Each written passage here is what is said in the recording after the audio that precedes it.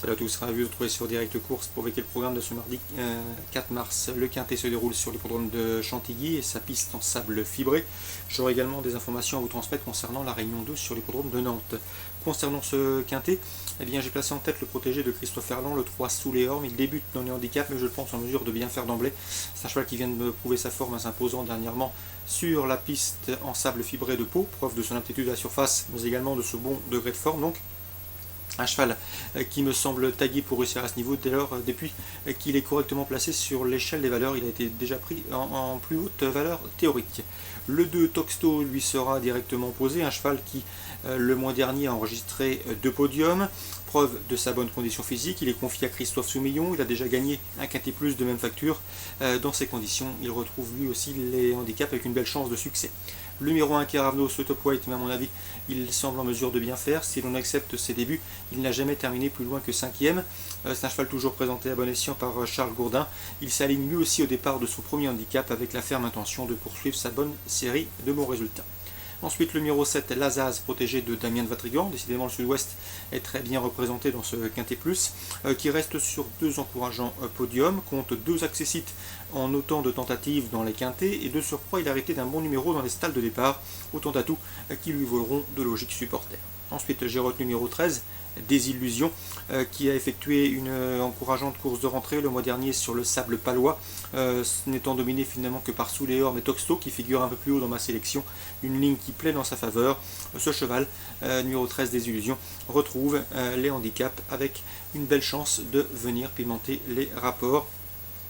Sachez en tout cas qu'il ne faudrait pas être surpris de la voir à l'arrivée. Le 6, Activiste, qui a beaucoup mieux couru que l'indique sa 7ème place obtenue dans le prix de Sainte-Maxime, récemment à Cagnes-sur-Mer. Le cheval a vraiment bien terminé dans une plaisante action. Il va accuser des progrès sur cette sortie. Seul son numéro en dehors dans les stalles peut éventuellement contrarier ses plans. Ensuite, j'ai retenu numéro 4, Shopsov, un cheval que l'on connaît bien à Paris Société. Après avoir animé la course, il a conservé une courageuse 4ème place dans le Quintet Plus référence, l'un des Quintets références disputés à Cagnes dernièrement. Il n'a certes pas de marge de manœuvre sur l'échelle des valeurs, mais à mon avis, il pourrait bien faire l'arrivée, d'autant que le cheval a hérité d'un bon numéro dans les stalles. J'ai également retenu numéro 15, Tyrion, un cheval certes intermittent, irrégulier, mais capable dans un bon jour de faire l'arrivée à ce niveau de compétition. En tout cas, il aborde cette course en bonne condition physique. Il a déjà gagné également en semblable société, mais donc sans méfier le numéro 15, Tyrion. Résumé chiffré, 3, 2, As, 7, 13, 6, 4 et 15. Nous aurons également au cours de cette réunion la rentrée du champion Sirius des Aigles, c'est le 501. Le cheval devrait ensuite prendre la direction de Meydan aux Émirats Arabes Unis, où il a un programme qui l'attend. Pour cette course de rentrée, les conditions de course lui sont favorables. À mon avis, sa place est sur le podium. C'est le 501 Sirius des Aigles. L'opposition viendra du 504 Zazou, qui l'avait battu il y a 2 ans dans cette course, dans cette même course disputée sur la PSF de Chantilly. Donc le 504 Zazou sera une nouvelle fois un rival de taille, tout comme le 503 Kovango, cheval qui a l'habitude de courir au plus haut niveau et qui ici effectuera une rentrée attendue. 501, 503, 504 dans l'ordre du programme. Réunion 2 Nantes désormais dans la première. Nous avons au départ le 101 Adoula, pouliche estimée, une pouliche AQPS estimée par Alain Couetil. Elle est plus performante en bon terrain, mais c'est la première course et le terrain ne devrait donc pas être trop haché. Je la vois s'imposer dans ce lot, c'est la jument classe du lot, et théoriquement elle ne devrait pas être devancée. Le 105 Antijima, qui a l'avantage d'avoir couru cette année, lui sera directement pesé. Attention également à sa compagne d'entraînement, c'est le 106 Adji. Elle est inférieure à Adoula, mais une place au podium peut lui revenir. D'autant que dans son papier, on voit qu'elle a des origines pour réussir en terrain lourd.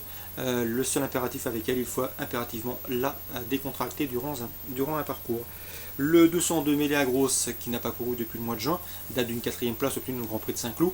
Un cheval qui a eu ensuite un problème à un pied, tout a été soigné. Ça, certes, on a fait l'impasse sur le 2e semestre 2013, mais le cheval est au mieux à l'entraînement. En tout cas, il est revenu dans une superbe condition physique, au dire d'Alain Couetil.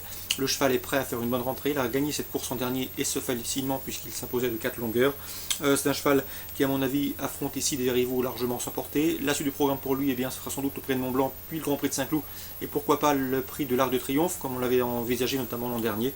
Ici, dans ce lot, il devrait pouvoir passer le poteau en tête si la course est limpide. En tout cas, c'est le meilleur du lot et je le pense capable de s'imposer d'emblée, même pour cette course de rentrée après plusieurs mois d'absence. Je lui poserai le 207, Marchetti. Grégoire Linders m'a dit que le cheval était bien et que d'après lui, le cheval ferait sa valeur, il a les moyens de terminer sur le podium. Concernant le 201, Opidé Carsus, Il vaut donc s'en méfier puisque Oppida Carcius compte 2 victoires en autant de sorties sur le parcours qui nous intéresse, celui de Nantes. 202 et ensuite le 7 et le 1. Dans la troisième, je vous conseille le 305 Hussard, un cheval qui se plaît tout particulièrement à Nantes. Il retrouve un tracé sur lequel il a déjà gagné. Il a notamment terminé deuxième du prix des Sablonnets, une Listed Race sur le parcours qui nous intéresse. Bref, dans ces conditions, il faut s'attendre à le voir bien faire d'emblée sur une piste à sa convenance. Le 305 Hussard. Je termine avec le 710, c'est Tsarine de la Monne. Elle a fait face à un bel engagement. Elle vient de prouver sa forme en s'imposant en Nord de Bretagne. Elle aura son terrain. Elle a déjà bien fait à Nantes. Elle devrait lutter pour la victoire, d'autant qu'elle est bien placée au poids.